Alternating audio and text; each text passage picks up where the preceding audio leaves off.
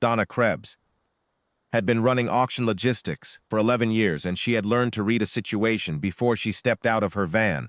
She sat in the cab that Tuesday morning, rain tapping the windshield, and watched three black pickup trucks idle at the gate of Cutler and Daughter, salvage. The men who climbed out wore company polos under rain jackets and carried themselves the way men carry themselves when they are certain of their own importance. They were from the Regional Luxury Dealer Consortium. She recognized the logo on the shirts, and they had a flatbed with them, carrying three seized engine blocks and the gutted shell of a once fine car, its paint faded down to the aluminum like an old scar. The man who came to the gate was Ray Cutler.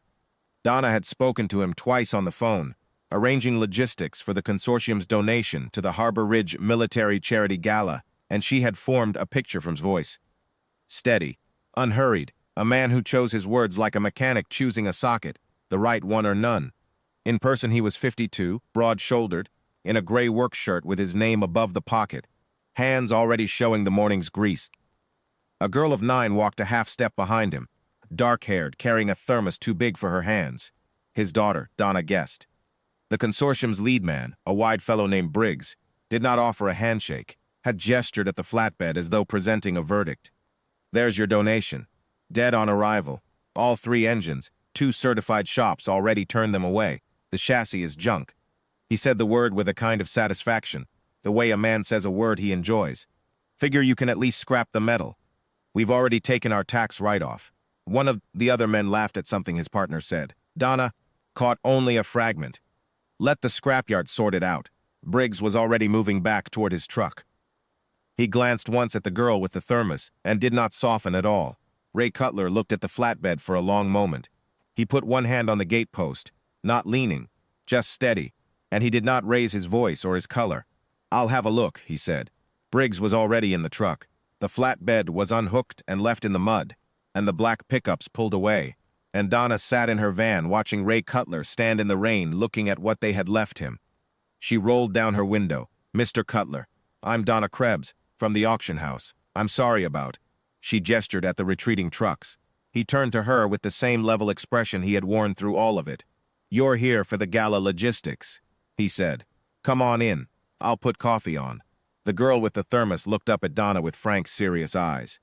I already made some, she said. It's good. Donna went in. She came back the next morning for a final walkthrough of the pickup schedule, and the morning after that to clarify the catalog descriptions. Each time she told herself it was business. Each time she found herself standing longer than necessary near the bay where Ray Cutler was working. He had pulled the 3 engines out and laid them on the floor, like a surgeon laying out an anatomy. She watched him trace wiring no one else had followed, heard him speak to his daughter in a low, patient voice, explaining what he was doing, not in the way a man explains something to pass time, but in the way a man explains something he believes is worth knowing. Lily handed him tools before he asked for them. She had learned his hands. On the second morning, Donna watched him lift an access cover on the largest engine block and go still in a way that had nothing to do with the work.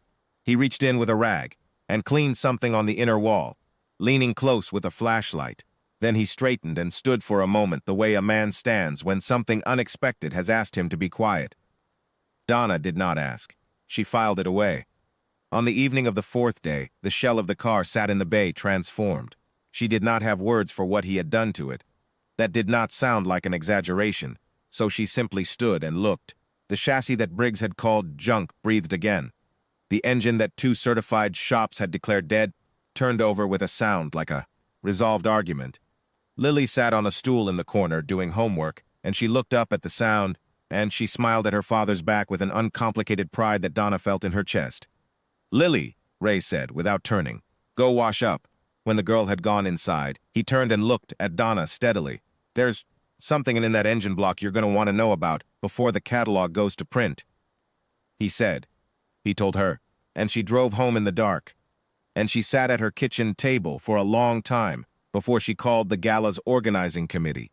The Harbor Ridge Military Charity Gala Culbus was held on the 5th evening at the convention hall on the waterfront, and the consortium's men were there in good suits, Briggs among them, standing near the bar with the comfortable confidence of men who had already written the evening's outcome. The car they had donated, the the one they had left in the mud, sat on the auction floor under a single overhead light, and they had not looked at it closely enough to notice what it had become. Donna had arranged for the appraiser to open the engine cover early, for the catalog photo and the auctioneer's notes. A small ring of people gathered when he did, because word had moved quietly through the room, the way words move when someone is trying to keep them from moving. The commission plate was set into the inner wall of the engine block engraved, and partially hidden under decades of careful, original grime, the kind of grime a man preserves because he knows what it protects. The engraving read, Engine Assembly, R. Cutler, Senior Fabricator, Propulsion Experimental Division, Unit 7. Below it, a serial designation and a date from 23 years prior. The man in the front row was Admiral Harlan Voss, retired, who was the gala's guest of honor, and who had spent 30 years in service, and who recognized that designation the way a man recognizes the face of someone he has not seen in 2 decades. He rose from his chair. He was not a man who moved quickly, but he moved with purpose, and the room moved with him. He crossed the floor and stood before Ray Cutler, who had come in through the side entrance in a clean shirt, and stood near the wall, with Lily pressed against his side, the girl's hand in his. Ray Cutler, the Admiral said. It was not a question. Yes, sir. I've been looking at this engine for 10 minutes. The Admiral's voice was not loud, but the room had gone quiet enough that it carried. I spent 2 years trying to get the man who built it to take a commission. He kept saying he had a daughter to raise and a yard to run. He paused. I owed him a handshake. I'm glad to finally pay it. He extended his hand. Ray Cutler took it. The silence in the room was the kind that happens when a crowd of people all revise the same assumption at the same moment. Donna watched Briggs from across the floor. She watched the color leave his face in a slow, irreversible tide. She watched him look at the car he had unhooked from a flatbed in the mud 4 days ago and left with a laugh, and she watched him understand the full weight of what he had done. The bidding opened at $40,000 and did not stop for a long time. When the gavel came down, Lily Cutler stood on her toes to try to see the number on the board, and her father lifted her so she could read it. She looked at it for a moment, then looked at him. Is that enough? She asked. He held her against his shoulder. More than enough, he said. Donna Krebs had been standing to the side through most of it, doing her job, keeping her face professional. She had watched the whole arc of it, the dismissal, the quiet work, the reveal, the handshake, the number on the board. And she felt it the way you feel something when you have been changed by it, and know you have been changed, and don't mind. She walked over when the crowd had moved to the bar, and the conversation had turned elsewhere. Lily saw her first, and something in the girl's expression shifted.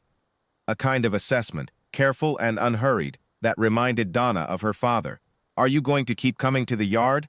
The girl asked. It was a simple question.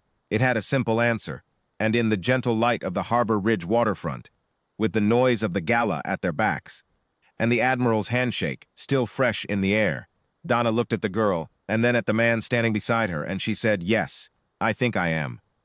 Ray Cutler said nothing, but the steadiness in his face shifted, barely, into something warmer, and that was enough.